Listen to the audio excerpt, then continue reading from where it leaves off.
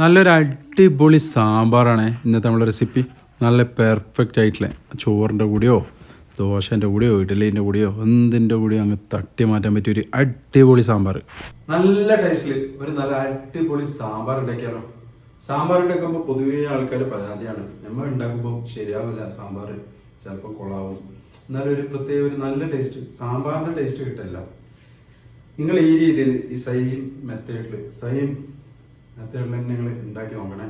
നല്ല അടിപൊളി സാമ്പാർ ഉണ്ടാക്കാം. നമുക്കിങ്ങനെ ഉണ്ടാക്കി നോക്കിയാലോ. വാടോ.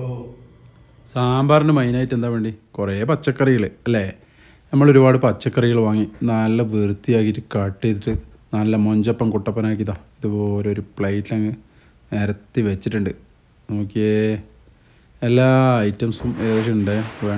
നമുക്ക് വേണ്ട ഐറ്റംസ് എല്ലാം ഉണ്ട്. ചിലത് മിസ്സായാലോ ഒന്നും പ്രശ്നമൊന്നുമില്ല. മെയിൻ പച്ചക്കായും ചേനയും മെയിനായിട്ട് വേണം, അതുപോലെ മുരിങ്ങക്കായും. നമ്മൾ സാമ്പാർ ആദ്യം കാണിച്ചതാ. അപ്പോൾ അതേപോലെ തന്നെ സാമ്പാർ നോക്കി നല്ല അടിപൊളി സാമ്പാറാണ്. എന്തോ ടേസ്റ്റ് എന്ന് പറയുന്നത്. എന്നാൽ പിന്നെ നമുക്കങ്ങ് തുടങ്ങിയാലോ.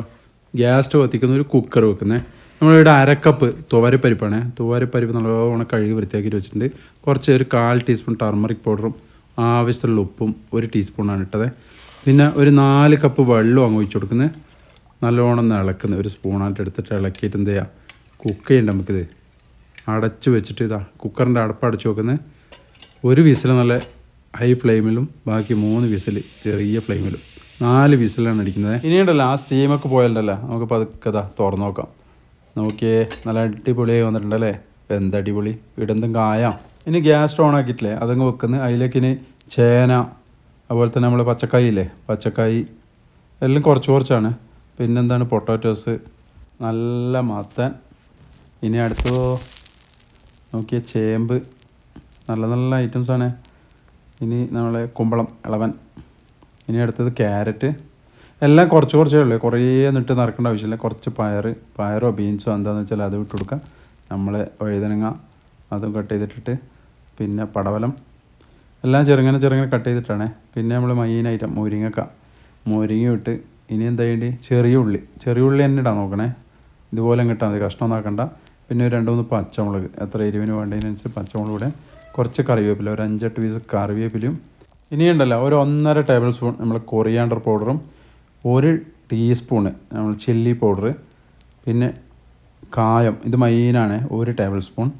പിന്നെന്താണ് ആവശ്യത്തിനുള്ള ഉപ്പ്, 1 ടേബിൾ സ്പൂൺ ഇട്ടത്. ഉപ്പ് നിങ്ങളുണ്ടല്ലോ ടേസ്റ്റ് നോക്കിയിട്ട് ഇട്ടാൽ മതി. 2, 3, 4 എത്ര വേണം ഇട്ടോ, ടേസ്റ്റ് നോക്കിയിട്ട് ഇട്ടോ, കുറക്കണ്ട, കൂട്ടിയും വേണ്ട. ഓക്കെ. ഇനി നല്ലോണം ഇളക്കി കൊടുക്കുക. ഈ പച്ചക്കറിയിലേന് നമ്മൾ വിസിലടിക്കലോ ഇതൊന്നുമില്ല, ഇങ്ങനെ വേവിക്കല, നോർമലായിട്ട് വേവിക്കും. ഇനി അടുത്തുണ്ടല്ലോ നമ്മളെ സാമ്പാർ പൊടിയില്ലേ, അത് 1 ടേബിൾ സ്പൂൺ. അതെങ്ങനെ ഇടുന്നില്ല കേട്ടോ. നമുക്ക് എന്ത് ചെയ്യുക, വെള്ളത്തിൽ നല്ലോണം കലക്കിയിട്ട് ഇതുപോലെ അങ്ങ് ഒഴിച്ചു കൊടുക്കാൻ. അപ്പോൾ നല്ല അടിപൊളിയായി വരും. ഇനി നമുക്ക് ഇതിലുള്ള കഴിയ പാത്രമാണെങ്കിൽ ഇങ്ങനെ മുക്കാവേ, ഇല്ലെങ്കിൽ മുക്കല്ലേ. പിന്നെ എൻ്റെ നല്ല വൃത്തിയുള്ള പാത്രം കഴുകി വെച്ചാണ്, അതുകൊണ്ട് ഞാൻ മുക്കിയ. ഇനി കയ്യിലോണ്ട് നല്ലോണം ഇളക്കി കൊടുക്കുന്നത്. നോക്കിയേ, എല്ലാം ഇളക്കി കൊടുത്ത് നല്ലോണം വേവിക്കുക. ഈ പച്ചക്കറി ഉണ്ടല്ലോ കുറേ വേവിച്ച് പൊട്ടിയിട്ട് ഉണ്ടാകാൻ പാടില്ല, നല്ല ഇങ്ങനെ നിൽക്കണം വറവറാന്ന് പച്ചക്കറി. ഒരു 10 മിനിറ്റ് നമ്മൾ അടച്ചിട്ട് വേവിച്ചിട്ട് ഓപ്പൺ ചെയ്ത് നോക്കിയാൽ എന്നെ ഒന്നും കൂടി ഇളക്കി കൊടുക്കാം. ചെറിയ തീയിലങ്ങ് വെന്തോളിയാണ്. നോക്കിയേ, ഒന്ന് ചെറുങ്ങനെ ഇളക്കി കൊടുക്കാം. നല്ല തിളച്ച് വരുന്ന കാണുമ്പോൾ തന്നെ കഴിക്കാൻ തോന്നുന്നുണ്ടോ. ഇനിയുണ്ടല്ലോ തക്കാളി. ഈ സമയത്ത് നമ്മൾ തക്കാളി ഇടുന്നത്. ഒരു ചെറിയ തക്കാളി ചെറുതായി മുറിച്ചിട്ട് അങ്ങോട്ട് കൊടുത്ത്.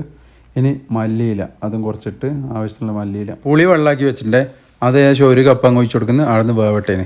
ഇനി നമുക്ക് ഇപ്പുറത്തുനിന്ന് ഒരു പാത്രം എടുത്തിട്ട് വെളിച്ചെണ്ണ ഒഴിച്ച് കൊടുക്കുന്നത്. 2 ടേബിൾ സ്പൂൺ ഓയിലോ വെളിച്ചെണ്ണ. എന്താണെന്ന് വെച്ചാൽ ഇനി നമ്മൾ വെണ്ടക്ക ഉണ്ടല്ലോ, വെണ്ടക്ക ഒന്ന് ഫ്രൈ ചെയ്തിട്ടാണ് ഇടേണ്ടത്. എപ്പോൾ നമ്മൾ സാമ്പാറിലിടുമ്പോൾ ഇങ്ങനെ ഇടാവും കേട്ടോ. ഇതുപോലെ ഒന്ന് ജസ്റ്റ് ഒന്ന് ഫ്രൈ ചെയ്തെടുക്കണം. 2 ഭാഗവും നല്ലോണം ഒന്ന് ഫ്രൈ ചെയ്യട്ടെ. ഇനി എന്ത് ചെയ്യാൻ, ഇങ്ങനെ വെക്കുമ്പോൾ നമ്മൾ സാമ്പാർ അടിപൊളി വരും. ഇല്ലെങ്കിൽ അതിൻ്റെ ഗമ്മൊക്കെ വന്നിട്ട് സാമ്പാർ കുളം. ഇതുപോലെ ഇപ്പം ചെയ്യാം സാമ്പാർ വെക്കുമ്പോൾ. ഇനി നമുക്ക് എന്ത് ചെയ്യാം, ഇതിനെടുത്തിട്ട് നേരെ കൊണ്ടുപോയി ആ സാമ്പാറിലേക്ക് അങ്ങ് പതുക്കെ ഇട്ട് കൊടുക്കുക. പതുക്കെ ഇടുക. നോക്കിയേ, ആ സാമ്പാറിൽ ഇങ്ങോട്ട് എടുത്ത് ഒന്ന് ഇളക്കി കൊടുക്കുക. നല്ലോണം മിക്സ് ആയിട്ടല്ലോ.